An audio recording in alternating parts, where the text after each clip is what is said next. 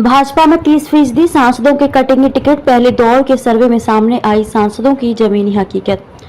लोकसभा चुनाव 2024 में मिशन 80 को पूरा करने के लिए भाजपा का शीर्ष नेतृत्व प्रदेश में पार्टी के मौजूदा सांसदों में से 20 में से 30% तक प्रत्याशी बदल सकता है। मोदी सरकार 2.0 के 9 वर्ष का कार्यकाल पूरे होने पर चलाए जा रहे महाजनसंपर्क अभियान और पार्टी की ओर से कराए जा रहे सर्वे में सांसदों की जमीनी हकीकत सामने आने लगी है।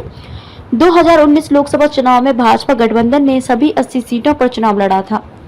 भाजपा ने 78 सीटों पर चुनाव लड़कर 62 सीटें जीती थी, जबकि अपना दल ने 2 सीटों पर चुनाव जीता था।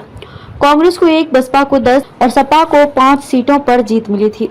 गत वर्ष हुए लोकसभा उपचुनाव में भाजपा ने रायपुर और आजमगढ़ लोकसभा में जीत दर्ज की है और प्रदेश में वर्तमान भाजपा गठबंधन के पास 66 सीटें हैं। भाजपा ने आगामी लोकसभा चुनाव के लिए सभी 80 सीटों पर जीत का लक्ष्य रखा है।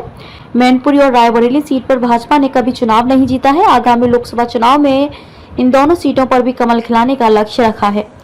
पार्टी सूत्रों के मुताबिक देश में लगातार तीसरी बार भाजपा की सरकार बनाने के लिए यूपी में 2019 से बड़ी जीत आवश्यक है।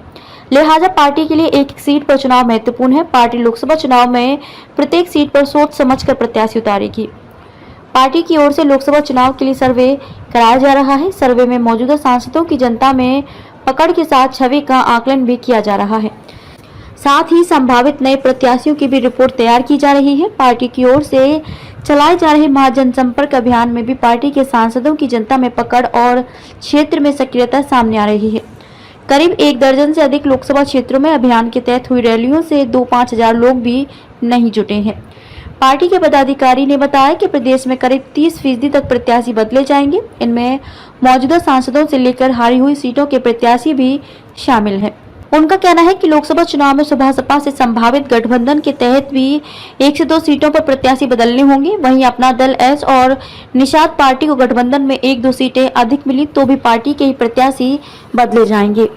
वहीं 75 वर्ष से अधिक आयु होने के चलते कुछ सांसदों के टिकट कर सकते हैं। उधर योगी सरकार के कुछ मंत्रियों और पार्टी के विधायकों को भी चुनाव लड़ाया जा सकता है।